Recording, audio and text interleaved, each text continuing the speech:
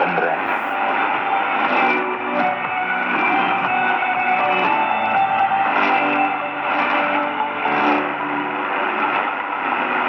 Kekhawatiran tentang kesehatan.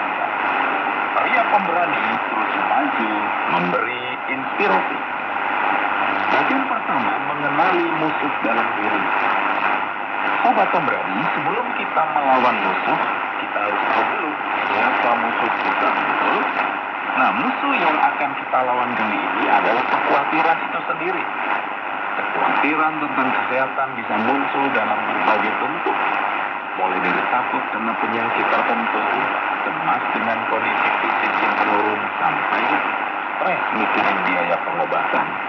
Kadang-kadang kekhawatiran ini muncul karena faktor keturunan. Misalnya, kalau ada riwayat penyakit jantung di keluarga Anda, kita jadi lebih mudah khawatir kena penyakit yang sama. Atau bisa juga karena pengaruh lingkungan. Berita-berita tentang penyakit atau wabah yang sedang marak, sadar atau tidak, juga bisa memicu kecemasan kita. Belum lagi, gaya hidup modern yang serba cepat dan menuntut juga bisa bikin kita rentan stres dan khawatir berlebihan. Seorang psikolog ternama Dr. David Burns pernah bilang, kekhawatiran itu seperti membayar bunga untuk hutang yang mungkin tidak pernah ada.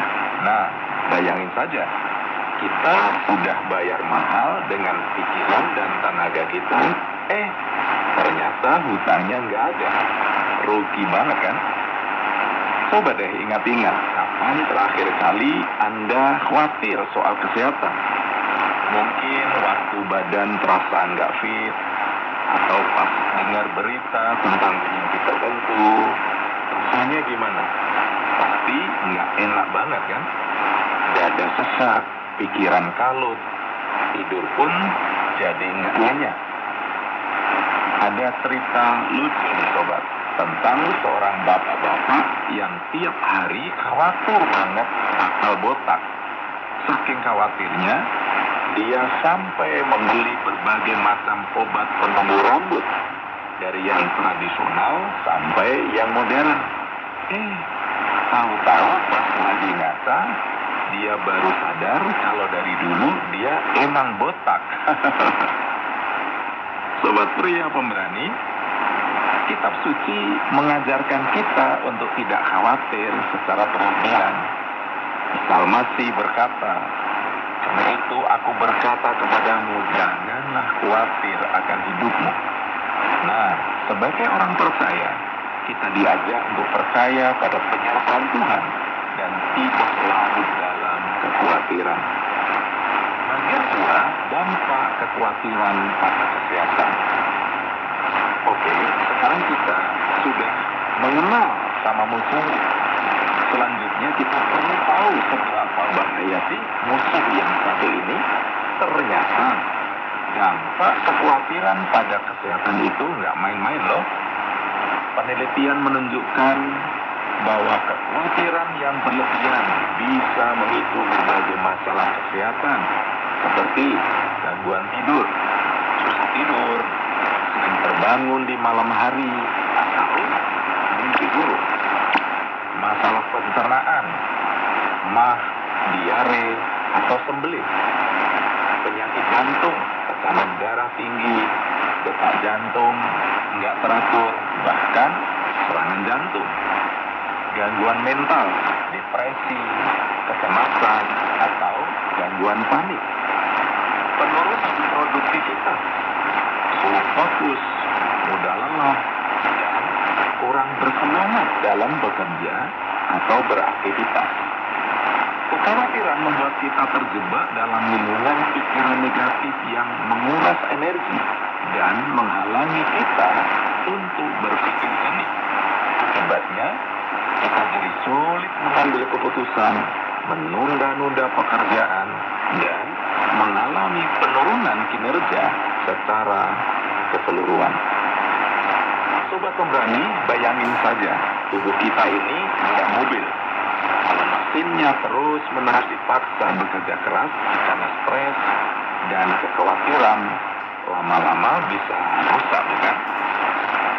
Dr. Elizabeth Blackburn, peraih Nobel kedokteran, berkata, stres kronis bisa memperpendek telomeres, bagian dari DNA yang berperan dalam penuaan. Artinya kalau kita terus-terusan khawatir, kita bisa cepat tua. Wah, serem ya. Ada pepatah bilang, orang yang nggak pernah khawatir biasanya nggak punya utang.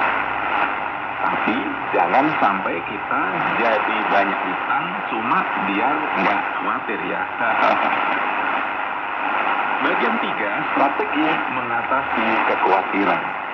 Nah, sekarang saatnya kita belajar jurus-jurus itu untuk melawan musuh kekhawatiran ini. Mari simak baik-baik. Pertama, identifikasi sumber kekhawatiran. Coba tuliskan hal-hal apa saja yang bikin Anda khawatir. Setelah itu, cari tahu apakah kekhawatiran itu rasional atau tidak. Kalau memang ada alasan yang jelas untuk khawatir, misalnya ada gejala penyakit tertentu, segera periksakan diri ke dokter. Tapi kalau kekhawatiran itu cuma berdasarkan prasangka atau ketakutan yang tidak beralasan, coba cari cara untuk menghilangkannya. Yang kedua, berpikir positif. Ganti pikiran negatif dengan pikiran positif. Misalnya, aku pasti bisa melewati masa sulit ini. Ingatlah hal-hal baik yang pernah Anda alami dan syukuri setiap berkat yang Anda terima. Fokus pada solusi, bukan pada masalah. Berikutnya, olahraga teratur. Olahraga bisa membantu melepaskan hormon endorfin yang bikin kita merasa bahagia dan rileks. Pilihlah jenis olahraga yang Anda sukai, misalnya jogging, berenang, bersepeda, bermain futsal, badminton, atau yang lainnya. Lakukan olahraga secara teratur, minimal 30 menit setiap hari. Yang berikutnya, relaksasi.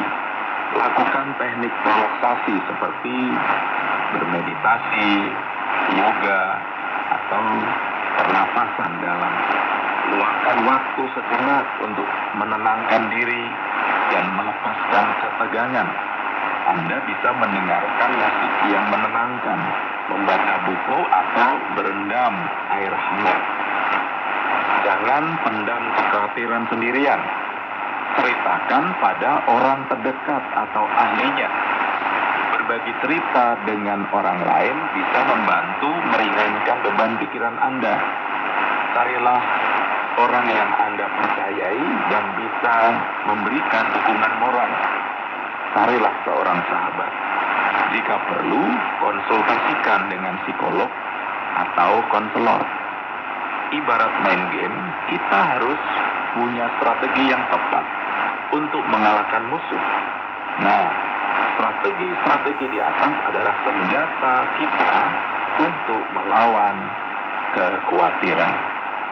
Winston Churchill, seorang pemimpin besar yang pernah menghadapi banyak tantangan, berkata, ketika saya melihat ke depan, saya dipenuhi dengan kecemasan.